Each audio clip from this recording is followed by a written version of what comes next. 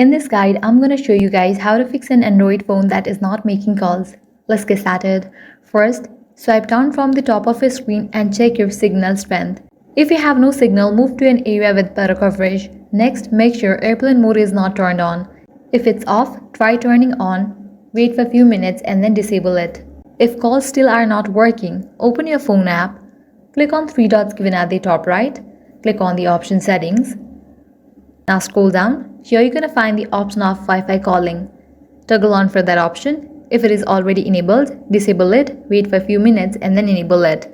Likewise, navigate to the option of supplementary services. Under that, you're going to find the option of call bearing and make sure all call bearing options are turned off. If the issue continues, open settings. Now scroll down. Click on the option software update. If any updates are available, just update it. Next, reset network settings. For that, click on the search icon given at the top right. Now type in reset. Now click on the option reset network settings and go through the process. So these are some fixes for Android phone that is not making calls. If this guide helped you out, do not forget to like, share and subscribe. Thanks for watching.